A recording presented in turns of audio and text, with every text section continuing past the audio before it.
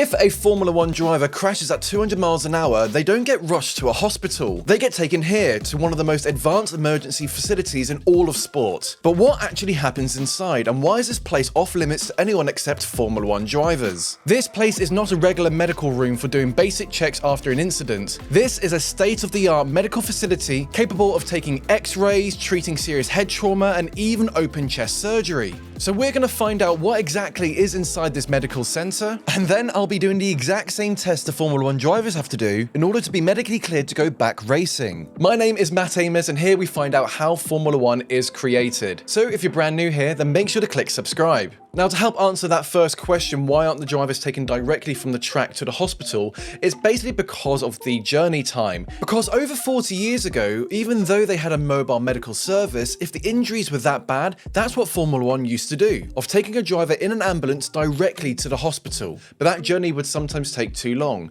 Let's say a driver had a cardiac arrest, every minute their survival rate drops by 10%. Or if they had internal bleeding, it would be a matter of minutes. So then since 1978, they've had all the hospital facilities just at every Formula 1 circuit. But this isn't the same medical center that ticket holders would visit on a race weekend. This would be a hospital reserved just for Formula 1 drivers. Okay, so for an example, let's imagine a driver has just had a crash out on a circuit. What is it that determines them that they have to go to the medical center? Firstly is if the driver has injured themselves, which seems fairly obvious. And then you have the second option, and that's where the car has had such an extreme crash that the car registers a peak impact of 15 Gs, which is 15 times the force of gravity. And so because of that, the FIA make it mandatory that the driver has to visit the medical center to get checked up. For context, 15 G is like crashing into a wall at over 200 kilometers an hour. That kind of force can rupture organs or snap bones in an unprotected body. But Formula 1 cars are built to absorb as much of that energy as possible. The survival cell within the car protects the driver, while the crumple zones like the nose cone or the rear crash structure, and even the side pods are designed to break apart on impact. Every shattered piece means less force is reaching the driver. But to still have a huge crash can still leave long-term effects, which can be more revealing after your body's natural adrenaline has calmed down. So depending on the situation at hand, the driver is either collected by the ambulance service operated by the racetrack,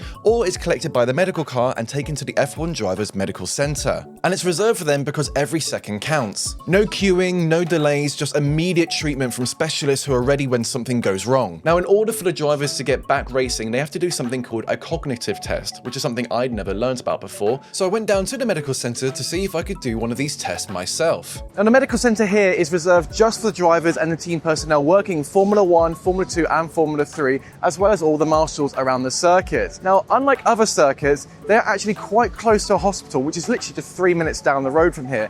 However, they still need to have all the facilities on site to quickly operate, do x-rays and much more. So when someone's concussed, they're really confused and they could be asking repetitive questions. You could say, oh, do you know that you're in the Grand Prix medical tent? And they're completely unable to remember that. They'll ask, oh, where am I? Where am I? And that's a big sign of quite a bad concussion. We give you a whole bunch of pictures that can trigger your memory without actually giving you the actual answers. Do you know where you are at the moment? Yes, at Albert Park. Yes, can you tell me your full name and date of birth? Matthew Amos, the 12th of the 8th, 1994. Yes, and why are you here? I am filming a YouTube video. Oh, okay, and what's the month and the year? Well, it's 2025 and it is March. March. Can you squeeze my hand? Yeah. So you're obeying a command. So remember that cup, keys and bird. So in an hour, I'll ask you what that is. And so your eyes are spontaneous, your verbal is normal, and your motor is obeying commands. And then your pupils are reacting. Changes in pupils indicate something's going on in the brain, and also different sort of indications like face droop, slurred speech, check what their vital signs are, blood pressure, heart rate, irritability, they can be quite angry as well. So these are all the things we look for after there's been a head strike or a head injury. So whilst I was waiting for the second part of my test, I thought this would be the perfect time to have a look around the medical facility. Now, just through the other wall is the trauma bays. This is where drivers are brought to when it is a critical situation and they might need to be operated on, or they needed assisted breathing. Anything you could think of in terms of an operating theatre, you basically have here on site. So originally when we were tasked with setting the medical centre up trackside, a requirement of the Grand Prix Free Corporation that they're a centre with the capabilities to resuscitate anyone with major injuries trackside. We're just prolonging their time to definitive care. So if they needed their skull removed or that sort of thing, which is basically, the best treatment for someone with a swelling brain or, blood in their head, having them here for any prolonged period of time really just delays that. And as you can see, this room is completely empty of anybody. And that's basically the same about 99% of the time of the entire Formula One season. And even if our hospital is about a 3-minute drive away, in those critical moments, that's the reason why this facility is here at every single race. Because they're obviously very, very keen to get back out and drive and, drive the next day if it's one of the, practice rounds. And, when the adrenaline has sort of calmed down, and that's when they'll find out that they actually do have a, sore chest or that sort of thing. And like you said, you're looking at their helmet, looking for damage, you're looking at the footage of the car, how fast and, what mechanism has it rolled over. That's another thing altogether. And then, you just want to have a feel of their belly, feel at their long bones, arms, legs, make sure there's no pain anywhere. Quick look at their pupils and see that they're equal and reacting appropriately, that their patient's behaving appropriately, knows where he is. Anyone, driving a normal car at those speeds, hitting a barrier at those speeds would be dead in most situations. But because they're so well protected in the cars, they get away with it. So, but we still have to have that level of caution. So it's now been an hour, so I'm going to ask you your Glasgow coma score again, which is out of 15. Your eyes are open spontaneously, so that gives you a 4. And then your verbal is you're orientated, you know where you are, so that's a 5. And then you're able to obey commands, that's a 6, so you're 15.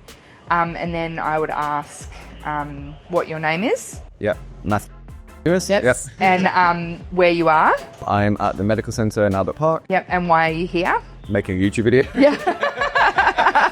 What month and year it is? It's definitely March 2025. Yeah. And so you have to remember the 3 pictures. Mug, keys, and bird. We don't really use the word mug, we would say cup. Oh, no. But lost in translation, I get what you mean. Yeah, sorry. And so that's it. And so you've passed, now that's out of 18. So you've passed out of 18. Sweet, and then that's me basically cleared to good to go. Well, yes, there'd be other factors to clear you. The medical staff thought you needed a CT scan of the brain or anything, or if there's any other signs of bleeding or whatever, but that's part of the assessment for you to go back out. Brilliant, well thank you so much. No problem, nice to meet you. Likewise, yeah. What I saw here wasn't just medical gear, it was a safety net. One built over decades of learning the hard way, and it exists for every Formula One weekend, even though it's hardly ever used. And that's the part that hit me. These drivers have access to some of the best trauma care in the world directly next to the racetrack. But for millions of people, there's no emergency room, sometimes not even access to clean drinking water. And that is why I've joined up with Team Water, a global creator campaign trying to raise $40 million in order to give clean drinking water to 2 million people. We're not just dropping in and building wells, we're working with local communities across 6 continents to create long-term life-saving water systems that they can own and run themselves. And to simply break it down to you, a $1 donation can give one person clean drinking water for a year.